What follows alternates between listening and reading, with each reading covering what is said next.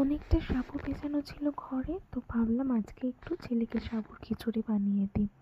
ইচ্ছে মতো এখানে সবজি কেটে নিয়েছি। শীতকালে কিন্তু এখন প্রচুর সবজি অ্যাভেলেবেল, তোমাদের যেমন যেমন সবজি পছন্দ তেমন তেমন সবজি এখানে অ্যাড করে দিতে পারো।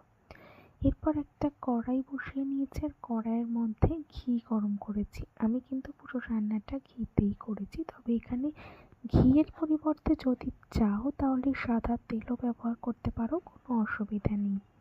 ঘিটা একটু গরম হয়ে যাওয়ার পর গ্যাসটাকে কমিয়ে দিয়েছি আর এখানে আমি একটু কাজু বাদাম আর কিশমিশ ছোট ছোট করে কেটে রেখেছিলাম।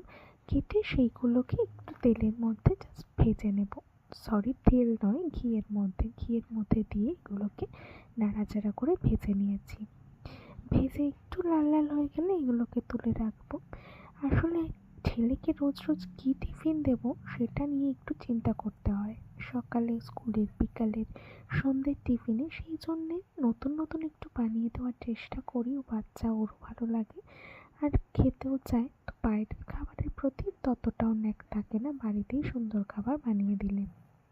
এখানে আমি বাদামগুলোকে ভেজে তুলে রেখে দিলাম। এর মধ্যে দেখো কড়াইতে এখনও ঘি রয়েছে, তবুও আমি আরও একটু ঘি অ্যাড করে দিয়েছি ওর মধ্যে। আর ঘিয়ের এই স্মেলটা এত ভালো লাগে, ভীষণ ভালো লাগে। গরম ঘিয়ের একটা সুন্দর গন্ধ বেরোয়। আর খিচুড়িতে তো ঘিটা বেশ ভালোই যায়, খিচুড়ির সাথে ঘি জিনিসটা খুব ভালো যায়।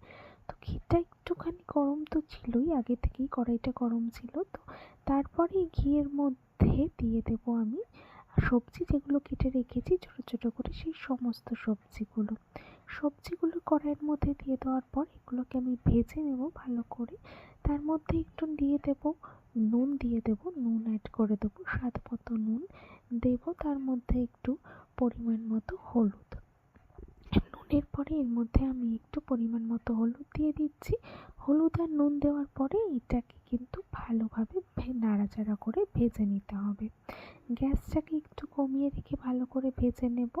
অল্প একটু ভাজা ভাজা হয়ে যাবে যখন, তখন এর মধ্যে একটু চিনি অ্যাড করে দেবো। পরিমাণ মতো চিনি অ্যাড করে দিলে যখন দেখবো যে সবজিগুলো ভালোভাবে সিদ্ধ হয়ে গেছে, তখন সাবুটাকে ভালো করে জল ঝরিয়ে রেখে দিয়েছিলাম আগে থেকে, তারপরে এর মধ্যে দিয়ে দেবো। একটা কথা বলি, সাবুটাকে কিন্তু ভালো করে জলটা ঝরিয়ে নিতে হবে। সাবুর জলটা ভালো করে না ঝরালে কিন্তু জিনিসটা একটু ঝরঝরে হবে না। সাবুর জলটাকে ভালো করে ঝরিয়ে নেবে। ঝরিয়ে নেওয়া সাবুর থেকে জল ঝরিয়ে নেওয়া সাবুটা এর মধ্যে দিয়ে দিয়েছিলাম, দিয়ে ওটাকে ভালোভাবে নাড়াচাড়া করেছিলাম কড়াইয়ের মধ্যে। নাড়াচাড়া করে সমস্ত সবজির সাথে মিশিয়ে নিয়ে লাস্টে বাদাম দিয়ে রেডি।